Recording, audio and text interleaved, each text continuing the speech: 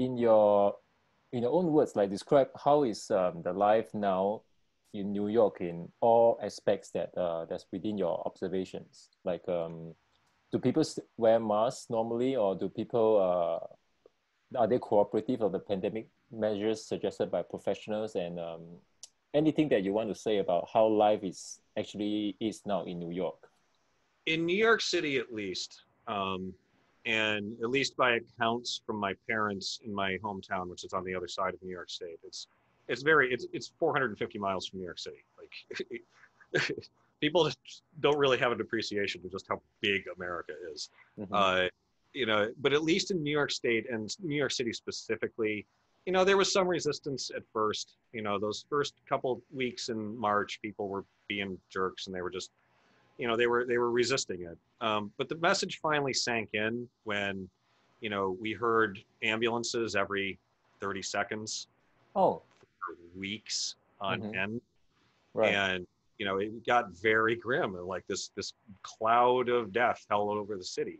Mm-hmm. People were watching the mass graves being dug, and they were watching the refrigerator trucks being filled up with bodies. And, the National Guard were here, and the police were going around in megaphones saying you have to stay 6 feet apart. And it finally sank in. Right. And increasingly, people were wearing masks. People were being diligent about keeping distance. And for the most part, that's continued. I have seen a slight reduction in mask wearing since we entered phase 2 of reopening.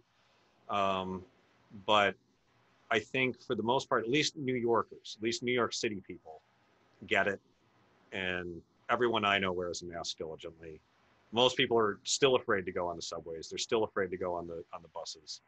And I don't blame them. Mm-hmm. So yeah, actually, we saw some of the photos about the military entering New York City like a few months back. So, what were their roles like when they entered New York City from then till now? I mean, like many people were concerned, like, is it like going to be is it going to be a very violent stuff going on, or what? Yeah. Well, I mean, there was certainly anxiety. I'm like, the city has a very violent past, and there was certainly anxiety to the extent that, who knows, there might be looting, there might be arson, there might be a spike in crime. There wasn't.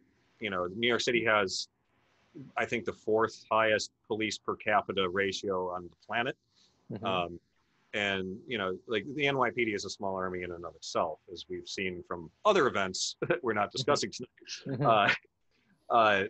But, none of that panned out. The military presence was mostly in the form of the USNS Comfort Hospital ship. Mm-hmm. There was a small U.S. Army encampment in Central Park, but that disbanded months ago.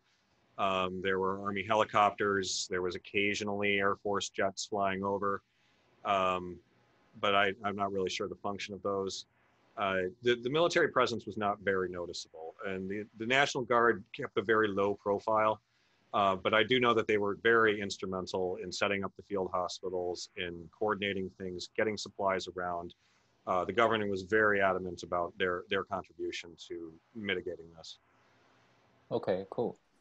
Okay, so they are not like trying to I don't know, like force people to stay at home if they are out, or That never became necessary. I would say for the most part, New Yorkers were, pretty good about it. There certainly was incidences where they had to shut down bars and clubs that opened illegally, and they had to shut down some other businesses that were open illegally, and they had to disperse groups like in some parks.